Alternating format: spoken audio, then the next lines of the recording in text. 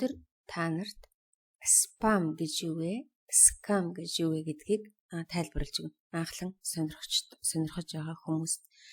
Тэгэхээр бидний ажилд энэ спам, scam хоёр бол ерөөсөн мөнхийн хэрэглэгдчихэд, мөнхийн байж идэг юмнууд байгаа. Ялангуяа энэ крипто ойлголт сонирхдаг хүмүүст би хандаж өнөөдөр энэ бичлэгийг хийж байна.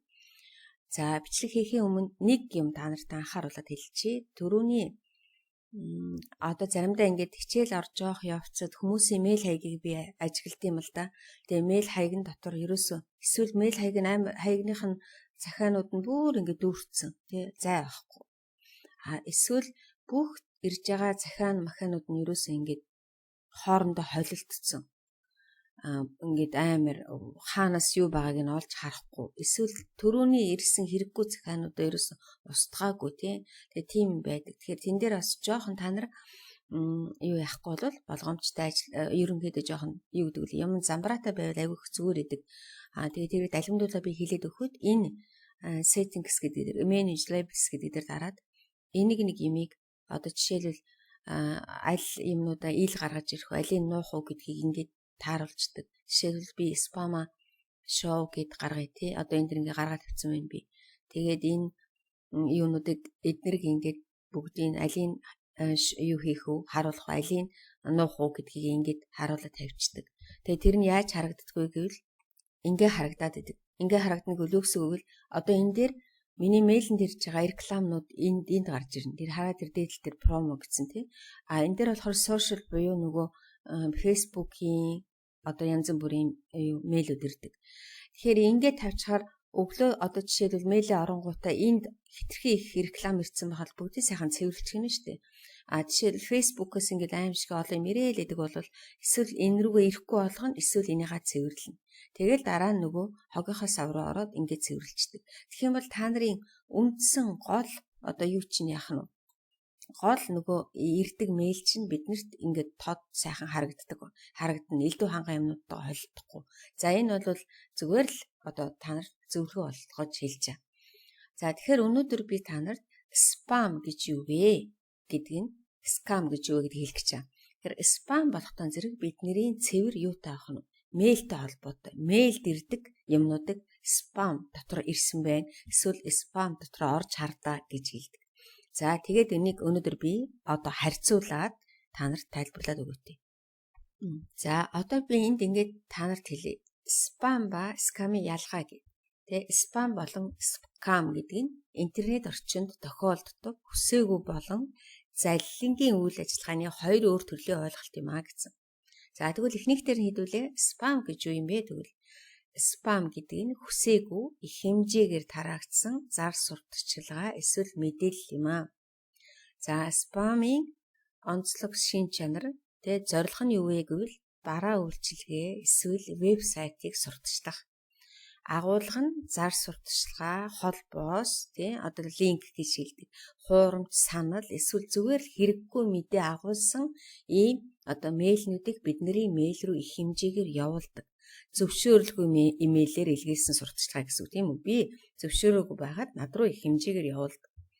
Мөн одоо олон нийтийн сүлжээнд янз бүрийн линкээр бид нэр аваачаад ямар нэгэн юм руу дарж ороод тэгээд тэр нь одоо жишээлбэл ямар нэгэн дэлгүүр, ямар нэгэн юмд ингээ бүртгүүлээд орчдөг шүү дээ тийм. Тэгэнгүүт бүртгүүлээд орсныхаа дараа бид нэр нөгөө нэг юуг нь ажигладаггүй ялангуяа хэл мэддэггүй байхад бол нөгөө нэг таны мэйл рүү энэ одоо манай дэлгүүрийн тухай мэдээллийг явуулах уу үгүй юу гэдгийг анзааралгүйгээр бүртгүүлж явж байхдаа ингээд зөв тэмдэгнүү тавьчихдаг. Тэгэнгүүт бүртгүүлж явж байхад одоо миний мэйл рүү мэйл явуулаарай гэдгийг зөвшөөрчингүүд тэр чинь дандаа бидний мэйл рүү ирээд идэг байна шүү. Тэгэхээр ямар нэгэн юм руу бүртгүүлэхийнхаа өмнө заавалч үгүй би зөвшөөрөхгүй надад энэний тухай мэйл явуулаад хэрэггүй гэдэг юм дарах хэрэгтэй байхгүй юу? За энэс болоод маш их хэмжээгээр бидний спам руу яах нь мэйлнүүд ирээд идэг байна шүү. За тэгвэл энэ маань биднэрт ямар аюултай вэ гэвэл ихэнх тохиолдолд ингээд төвөгтэй байдаг. Яагаад гэвэл их хэмжээний захиа ирээд юм ирээд тэгээд төвөгтэй дайс ялангуяа бүр ингээд нэг ямар ч хэрэггүй юм ирээд. За энэ нэг. Хоёрт нь бол ерөөсөө энэ линкээр чинь вирусын халдвар тараах тийм линк давхар орж ирдэг. За тэгэхээр одоо би тэгвэл спамаас яаж хамгаалах вэ гэвэл нэгдүгээр янз бүрийн танихгүй юмд бүртгүүлж болохгүй. Хоёрдугаар тэр бүртгүүлсэн болвол миний мэйл рүү юм явуулаарай гэдгийг тийм нөгөө зөв тэмдэг тавихгүй зөвшөөрөхгүй гэсэн. А хэрвээ нэгэнд ирээд байгаа бол нэг захиагийг нээж агаад хамгийн доод тал дээр нь нөгөө юу ирэхгүй болгочдөг тийм үү? Би энэс татгалзаж байна гэд тийм болгочдөг. Тэгэх юм бол энэ спам ирэхгүй. За гурав дахь нь болохоор сэжиг бүхий юм байх юм бол сэжиг бүхий линк байх юм бол би тэр үнийг яах нь нээлгүйгээр шууд устгадаг. Хамгийн одоо анхаарах юм бол энэ нээж харалгүйгээр тэрийг яах нь устгаж цэвэрлэдэг. Тэгэхээр энэ нэг л хачин сонин мэйл ирсэн байх. Энэ одоо юу юм болоо гэд сэжиг төрөөдөөвэл тэрийг шууд нээлгүйгээр устгадаг байна. Тэгээд хит устгаад ирэхтэн зэрэг тэр маань яах нь алга болчдөг. За тэгэхээр сая миний анхааруулсан юмыг сайн сонсож авч агаад ер нь спам тийм хог ирүүлэхгүй тул өөрөө маш их анхааралтай юмнуудад бүртгүүлгэнэ. За энэ болохоор спам. За энэ бол нэг их тийм актер юутай биш юм шиг мөртлөө тий аюул бага юм шиг боловч одоо биднэрт ингээд төвгүүдаад байдаг байна. За одоо хэдүүлээ скам гэдэг нь залилангийн үйлдэл бөгөөд хүмүүсийг хуурч тэдний мөнгө, хувийн мэдээлэл эсвэл нөөцийг авах зорилготой. Энэ скамыг бол өнөөдөр маш их сайн ойлгож авна. Тэгэхээр скамын онцлог нь бол хуурам эхлэх замаар ашиг хонжоо олох. Тэгээ агуулга нь худал амлалт, хурдан ашиг олох схем эсвэл хувийн мэдээллийг олж авах орлого гэх дахиад юм. За одоо жишээлбэл скам ямар байдлаар бидний амьдралд хэрэгждэг гэвэл хуурамч онлайн дэлгүүрүүд. Одоо яагаад гэвэл бүх хүмүүс онлайн дэлгүүрүүдээр үйлчлүүлээд эхэлсэн үед ийм одоо юу хуурамч онлайн дэлгүүрүүд рүү мөнгөө төлчдөг, бараа нь ирдэггүй, эсвэл чанаргүй бараа ирдэг. Эднэр бол цэвэр одоо юу байх нь? Скам байх нь. За эсвэл танд шагнал хоцсон гэх хуурамч мэдээллүүдийг явуулдаг. За энэ бол ердөөсөө манай анхлан сонирхогчдын хамгийн их өртдөг юм бол энэ шагнал хоцсон гэсэн скам. За жишээлбэл Binance бирж дээр урамшуулал өгж гинэ гэсэн бэлгийн хуудастай, бэлгийн одоо хайрцагтай ийм скам руу манайхан ордог. За тэгээд тэр нөгөө бэлгийнхэн зурган дээр дарангууд та автоматар залилангийн одоо сайт руу орчин гэсэн. За тэгээд дараа нь танд худлаагаасаа мөнгөн дүн харуулдаг. Тэгээд танд ингээд Binance биржээс урамшуулалт тийм койныг тэдэн доллартай тэнцэх одоо урамшуул өгнө. За ингээд $200-300, $500, зарим нь $2-3 мянган долларыг харуулангуудаа та энэ урамшуулалт авсан койноо гаргаж авахын тулд шимтгэлийн тим койн хийнэ гэд хэлчихдэг.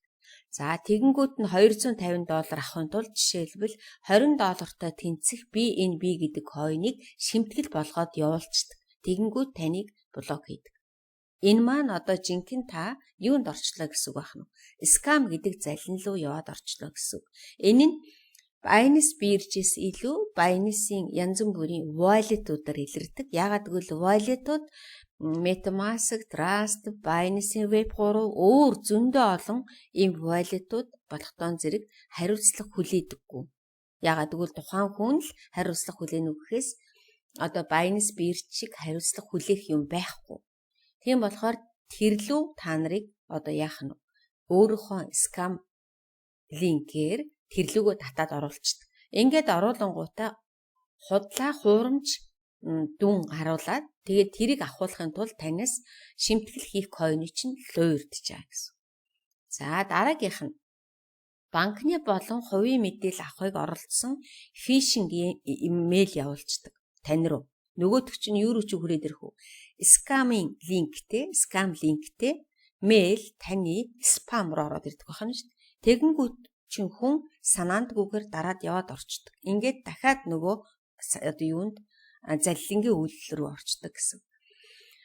За энэ дээр болохтой зэрэг манайхны дараагийн актер анзаарах юм нь юу гэвэл Facebook групп дээрээ гэнэ Facebook хуудсан дээрээ та нэг л удаа энэ урамшуулал гэдэг юм руу буюу заллингийн скам руу дараад орчингууд Facebook юу гэж ойлгодог гэвэл Facebook-ийн хайлтын систем танд яг энэ төрлийн рекламнуудыг гаргаж өгöd байдаг. Өөрөөр хэлэх юм бол хэрвээ би ямар нэгэн цэцэг хайвал цэцэгтэй холбоотой юмнуудыг биднэрт санал болгодохтой яг адилхан та заллингийн юм руу яваад орчих юм бол Facebook дээр дандаа ийм заллингийн сайтууд таны нүдэнд гарч ирээд. Тэгэнгүүт хүн хүссэн хүсээгүй нөгөө өдөр болгон тийм орж ирээд ахаар нүд чинь дасаад тэгээд ингээд яг зомби маягаар энч зүгээр юм шиг, энч гоё юм шиг, энч зөв юм шиг гээд ингээд тэр нөгөө заллингийн скам руу үргэлж ороод яваад идэг. Ингээд сүүлдээ ерөөсө тэрнээсээ эргээд гарч ирж чадхаа болчдөг гэсэн. Тэгэхээр энээс яаж хамгаалах вэ гэвэл нэг удаа дарсан бол дахиад ерөөсөө тэр скам руу орж болохгүй. Скам байж магадгүй болгоныг ерөөсөө ингээд устгаад тий.